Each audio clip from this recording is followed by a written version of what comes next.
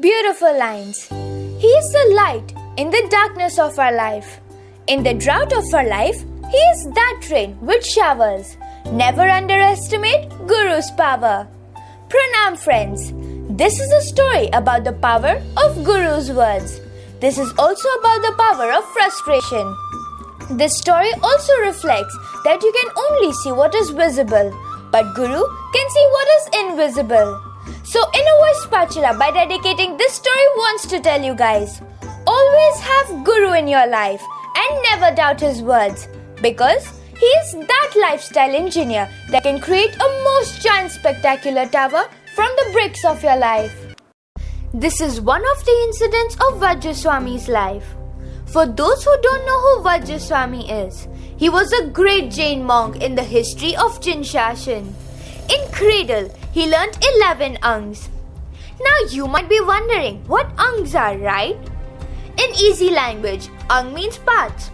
As hands and legs are the parts of body, by the same way, angs are the parts of body of Jain Shashan. He learnt 11 angs out of 12 just by listening in the cradle.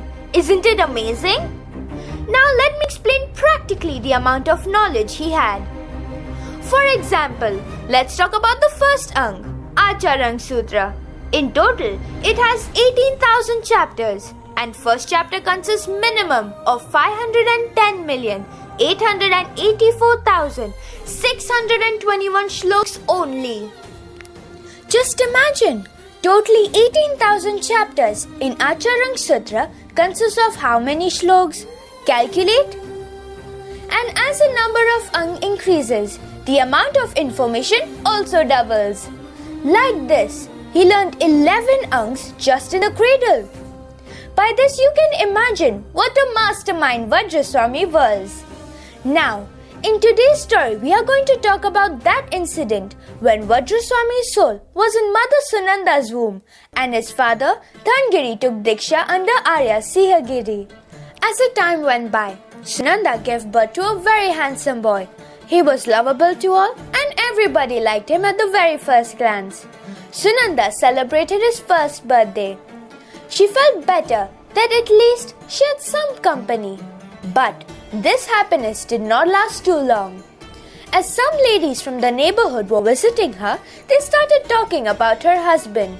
One of the ladies said, "Poor lady, if Thangiri would not have taken Diksha, then he would have celebrated the birthday with more extravaganza than this one."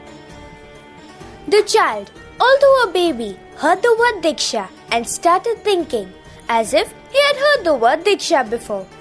While deeply thinking about it, he suddenly remembered his past birth and he gained Jati Smaran Gnan.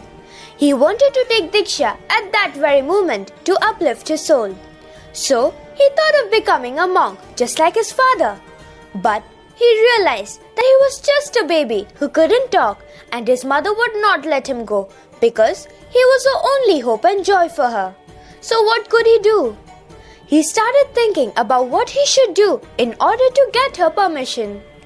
At last, he came to a decision that since his mother would not let him go willingly, he should create a situation where she might get tired and give up on him. He was still a little boy in the crib when he thought, if I keep crying all the time, then she would get tired of me and maybe she will try to get rid of me. He puts all his thoughts to work right away and so he starts crying. Sunanda came running to comfort him, but he just kept crying. She tried everything, but nothing helped to quiet him down. She even took him to the doctors and took the advice from others, but nothing worked. This was now a daily drama. The child's trick worked. Even their neighbors who liked this child so much got tired of him. Now, Vajra tested all the patience of his mother.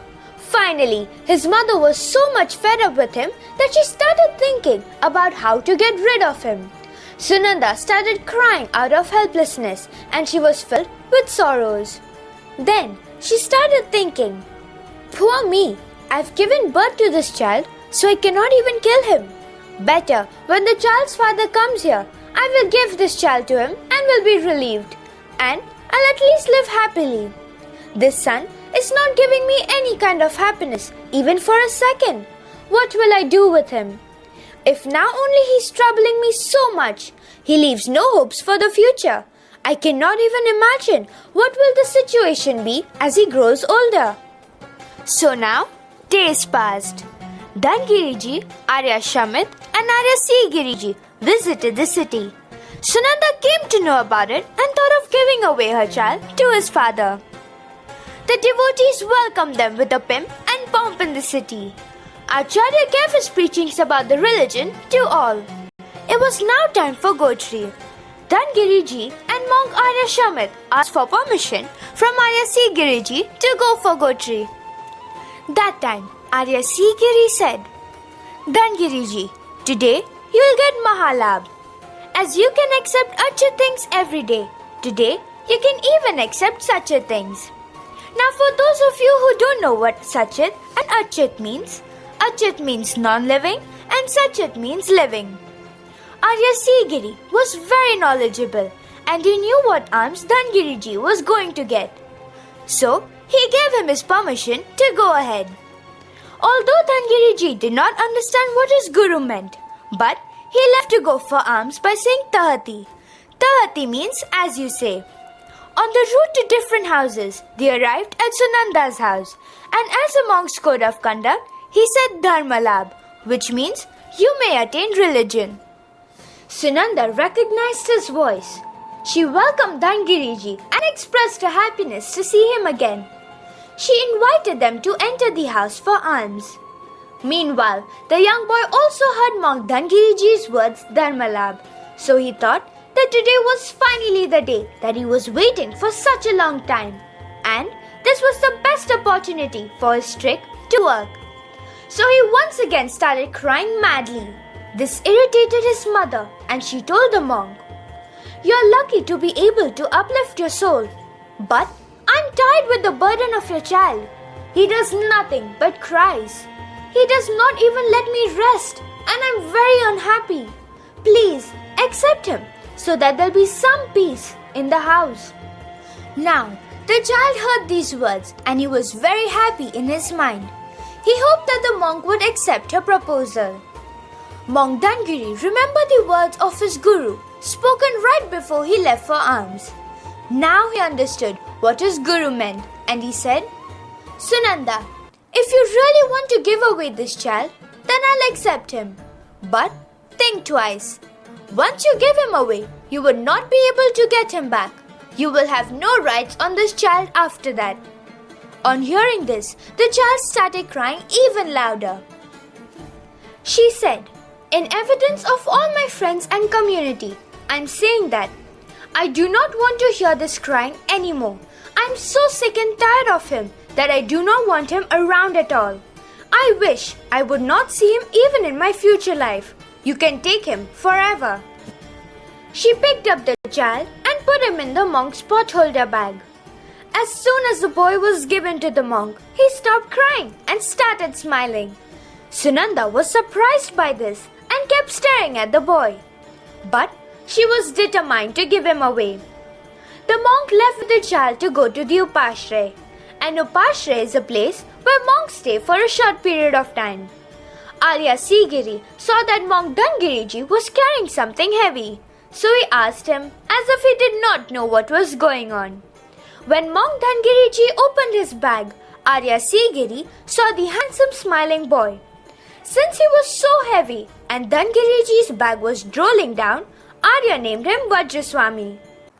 So friends, we repeat, when our vision ends, Guru's vision begins. So, always trust him. For those who don't have Guru in your life, have Guru in your life because he makes your life worth living. And secondly, never take any decision in frustration because in long run it always ruins. So always remember, never be pressurized by the pressures of life. So with patience and Guru's power, Innervoicepaathshala always tells you to aspire yourself correctly and inspire the world.